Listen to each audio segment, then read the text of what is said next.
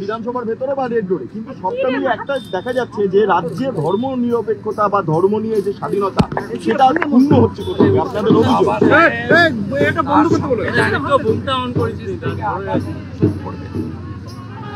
প্রত্যেককে ভারতবাসীকে ধর্ম পালনের অধিকার দিয়ে গেছে, কিন্তু ভীষণভাবে পশ্চিমবঙ্গে ধর্ম পালনের অধিকার লঙ্ঘিত হচ্ছে, বাধাপ্রাপ্ত হচ্ছে। কেন দুর্গাপূজা, সরস্বতী পুজো, যে কোনো অনুষ্ঠান, হনুমান জয়ন্তীর মিছিল করতে গিয়েও হাইকোর্ট থেকে অনুমতি নিতে হয় বলুন তো? এটা বাধা ছাড়া কি? বাবা সাহেব আম্বেদকরজি সব ধর্মের মানুষকে তার ধর্মীয় স্বাধীনতা অধিকার দিয়ে গেছে, পশ্চিমবঙ্গে হস্তক্ষেপ হচ্ছে। তাই আজকের দিনে বাবা সাহেব আম্বেদকরের সংবিধান সবাই মেনে চলুক, আমরা এটা চাইব।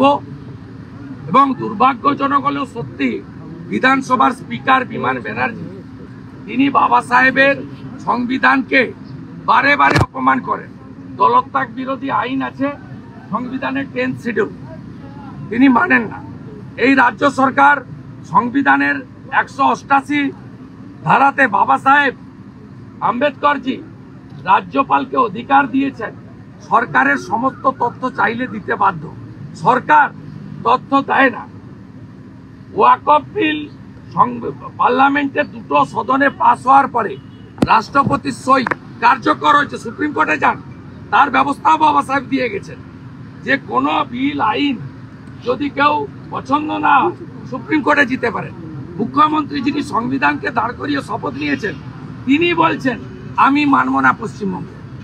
এ আক্রমণটা শুধুমাত্র কেন্দ্রের সরকারকে নয়, সংবিধানকে আক্রমণ। আর সংবিধানকে আক্রমণ করা মানে বাবা সাহেব আম্বেদকরজিকে আক্রমণ করা। আর পশ্চিম বাংলায় সবচেয়ে বেশি অত্যাচারিত শিডিউল কাস্টরা, আজকে যত রেপ মার্ডার হয়েছে সব রাজবংশী বাড়ির মেয়েরা, নয় নমশূদ্র বাড়ির মেয়েরা। ফুলতলিতে কয়েকদিন আগে যেটা হয়েছে, ফিশারম্যান পরিবার, শিডিউল কাস্ট পরিবার। কালিয়াগঞ্জে ক্লাস 12-এর ছাত্রী, রাজবংশী পরিবার। হাসখালিতে যে 9-এর বাচ্চা মেয়েটাকে মেরে দিল রেপ করে, সে নমশূদ্র পরিবার।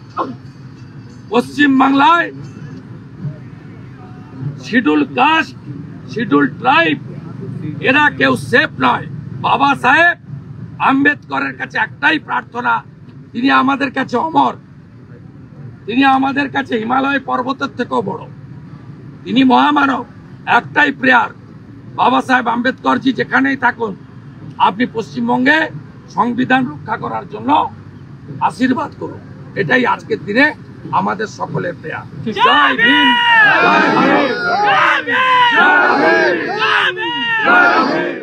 আমাদের ভিডিও ভালো লাগলে লাইক এবং শেয়ার করুন। কমেন্ট সেকশনে গিয়ে জানান আপনাদের মতামত। আরও ভিডিও পেতে আমাদের চ্যানেল সাবস্ক্রাইব করুন এবং প্রতি মুহূর্তে খবরের আপডেট পেতে প্রেস করুন বেল আইকন।